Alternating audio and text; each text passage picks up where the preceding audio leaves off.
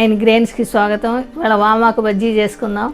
ఈ వామాకు బజ్జీ ఇదే విధంగా చేసి చూసి టేస్ట్ చూసి మీకు నచ్చినట్లయితే లైక్ చేయండి, షేర్ చేయండి, కామెంట్ చేయండి.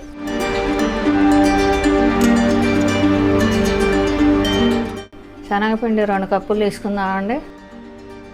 సాల్ట్ 1/2 టీ స్పూన్, జీలకర్ర 1 టీ స్పూన్, వాము 1/2 టీ స్పూన్, 3 రెబ్బల కరివేపాకు సన్నగా తరిగి వేసాను. సబ్జా గింజల ఆకు 10 ఆకులు సన్నగా కట్ చేసి వేసుకున్నాను. 1 టేబుల్ స్పూన్ కారం, వెనపూస 1 టేబుల్ స్పూన్. వెనపూస పిండిలో కలిసిపోయేలా కలుపుకుందామండి. వాటర్ పోసుకుందాం.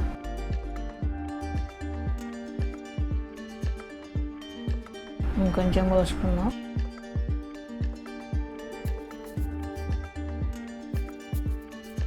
ఈ థిక్నెస్ రావాలండి. ఈ విధంగా కలుపుకుంటే సరిపోతుంది. స్టవ్ ముట్టించి పాన్ పెట్టుకున్నానండి.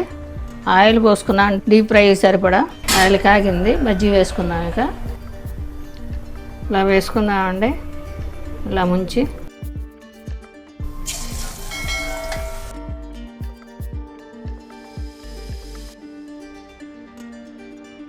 మీడియం శాఖలో పెట్టుకోవాలండి.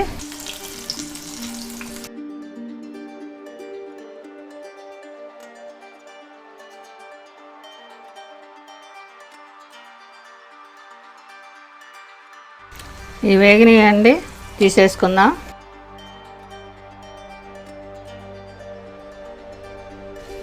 ఇదే విధంగా మిగతావి కూడా వేసుకుందాం. వామాకు బజ్జీ రెడీ అండి. ఇదే విధంగా మీరు కూడా చేసి టేస్ట్ చూడండి.